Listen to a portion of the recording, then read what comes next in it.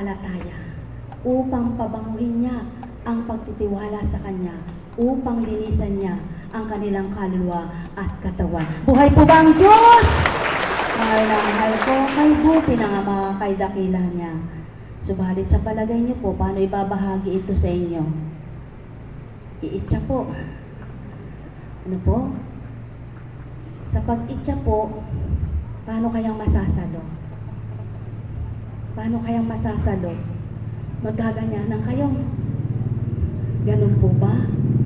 Mga minamahal na kapatid ko, palagay ko po hindi iitsa na po. Kung hihilera naman kayo, kay tagal po, no? Anong oras po kaya tayo abutin? Pag inisa-isa kayo, mga kapatid kong minamahal, siguro po ang mangyayari ay bahala ng Ama. Buhay po ba ang Diyos? O kay sarap ng mabuhay kung kapiling ka mang mahal. Sa tuwina ay nadarama pag-ibig mo walang hanggan. O kay sarap sa piling mo, tanging ikaw ang ligaya. Wala kang kapantay, kailan pa man. O kay sarap sa piling mo, tanging ikaw ang ligaya. Wala kang kapantay, magpakailan pa man. O kay sarap sa piling mo, sa tuwina o ama ko, walang hanggang biyaya mo'y nakakamtan. Buhay po ba ang Diyos? Tama po ba yun? Walang hanggan po ba ang biyaya ng Ama na nakakamtan sa bawat araw? Hindi lamang ang biyaya ng kasaganaan ang matatawag na biyaya, kundi ang biyayang lakas, biyayang katatagan, biyayang kagalakan, biyayang liwanag, biyayang kapayapaan.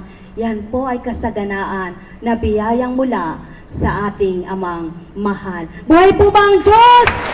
Salamat kapatid kong mahal, kahit nasa dulo ka dyan, nakita kita. Buhay po ba ang Diyos? Parang pinagunita lang po sa akin nung naghahayo pa. Nasa tabi ko po siya. Binalik lang po sa akin ang Espiritu sapagkat kung hindi niya babalik, hindi ko na po yan matatandaan. Sa bagong baryo, yan po. Nandun po kami sa duluhan at na umaawit. Tapos po hawak ko siya. Yun po ang simula na siya'y nakadama. Subalit, naway makadamang muli siya ngayon. Buhay po ba ang Diyos? Mga minamahal ko, tunay nga pong buhay na buhay ang Diyos. Kaya lamang po, paano nga po ba binubuhay ng tao ang Panginoon sa buhay niya? Paano kaya po ganap na nabubuhay ang Panginoon sa buhay ng tao? Inyo pong pakinggan ang karampot na bahagi sa banal na kasulatan.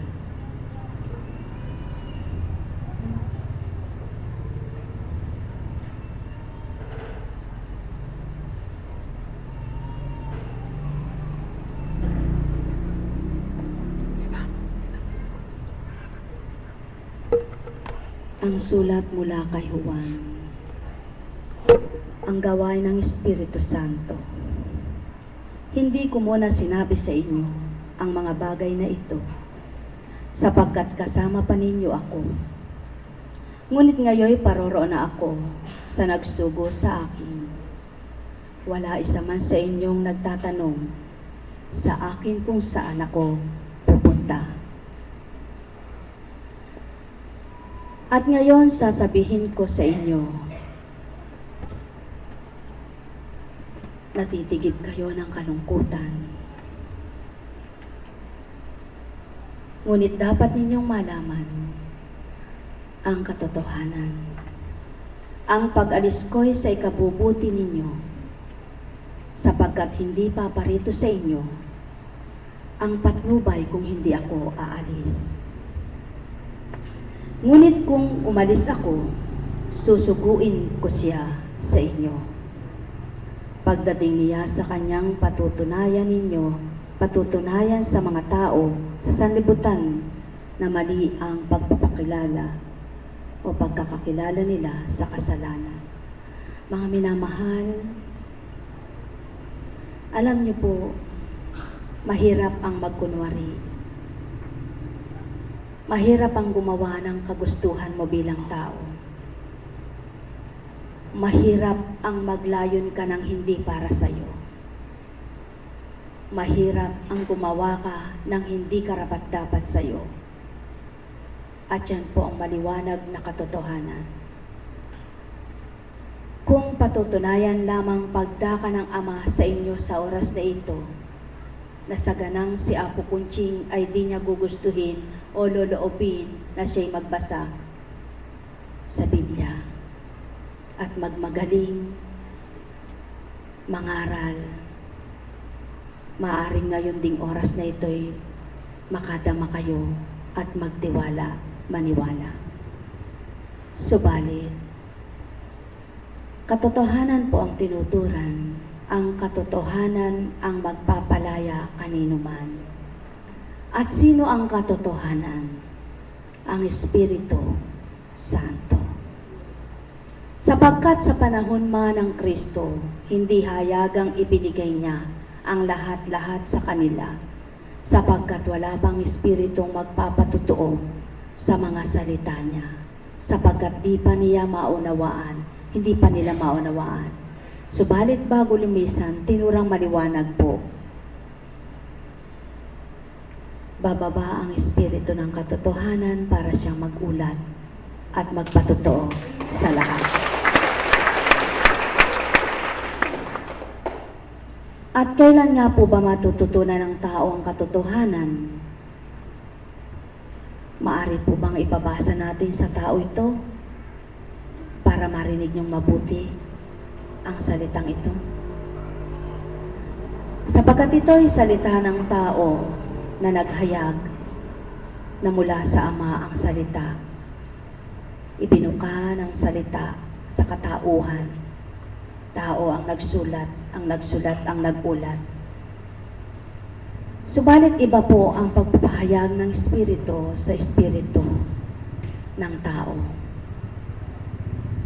Ano po bang Espiritu ng tao?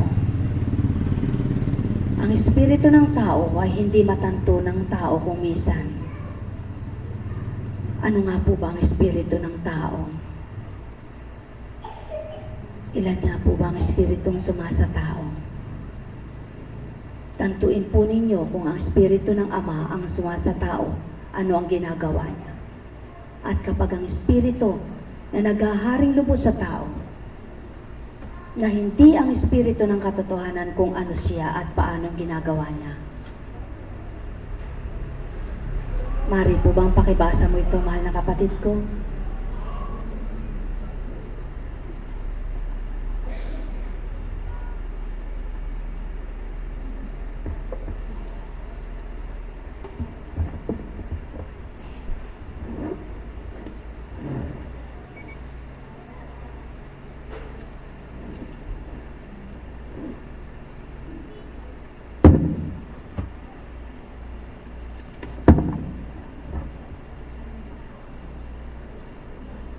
Pagbasa ng Ebanghelyo ayon kay San Juan.